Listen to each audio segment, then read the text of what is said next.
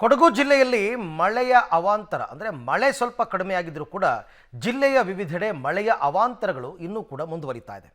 ಈ ನಡುವೆ ಇದೀಗ ಭೂಗರ್ಭ ಶಾಸ್ತ್ರಜ್ಞ ತಜ್ಞರು ಪಶ್ಚಿಮ ಘಟ್ಟ ಪ್ರದೇಶಗಳ ಬೆಟ್ಟಗಳು ಡೇಂಜರ್ ಇದೆ ಅಂತ ಈಗಾಗಲೇ ವರದಿಯನ್ನು ಕೊಟ್ಟಿದ್ದಾರೆ.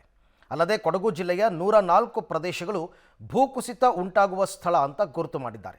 ಅಲ್ಲದೆ 2995 ಕುಟುಂಬಗಳನ್ನು ಸ್ಥಳಾಂತರ ಮಾಡಬೇಕು ಅಂತ ಕೂಡ ವರದಿಯಲ್ಲಿ ಉಲ್ಲೇಖ ಮಾಡಿದ್ದಾರೆ.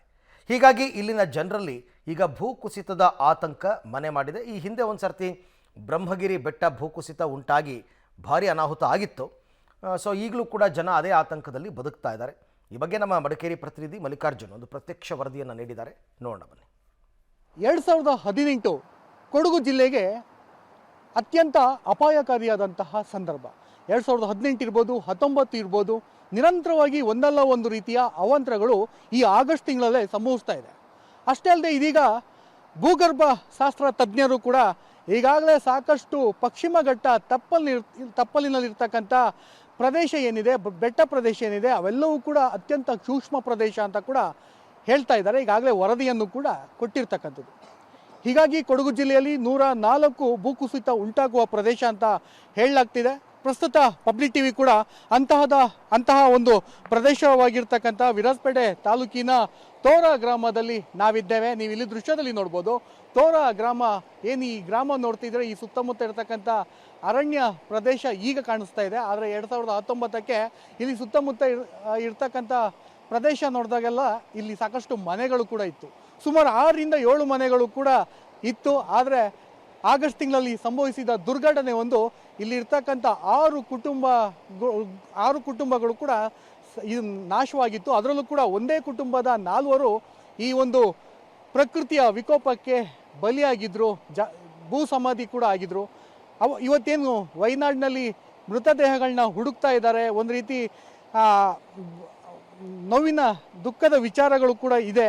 ಆದರೆ ಅವತ್ತು 2019ಕ್ಕೆ ಸಾಕಷ್ಟು ಇದೇ ಜಾಗದಲ್ಲಿ ಪೊಲೀಸರಿರ್ಬೋದು, NDRF ತಂಡ ಇರ್ಬೋದು, JCBಗಳು ಎಲ್ಲವೂ ಕೂಡ ಈ ಒಂದು ಪ್ರದೇಶದಲ್ಲಿ ಗರ್ಜನೆ ಮಾಡಿತ್ತು. ಅದರಲ್ಲೂ ಕೂಡ ಒಂದೇ ಕುಟುಂಬದ 4ರನ್ನು ಕಳ್ಕೊಂಡಂತಹ ತೋರ ಗ್ರಾಮದ ಪ್ರಭು ಅವರು ಅವ್ರ ಪಾಲಿಗೆ ಬರಸಿಡಿಲು ಅಂದಿನ ದಿನಕ್ಕೆ ಬರೆದಿತ್ತು. ಆದರೂ ಕೂಡ ಅದೆಲ್ಲವೂ ಕೂಡ ಕಳೆದು ಹೋದಂತಹ ದಿನಗಳು.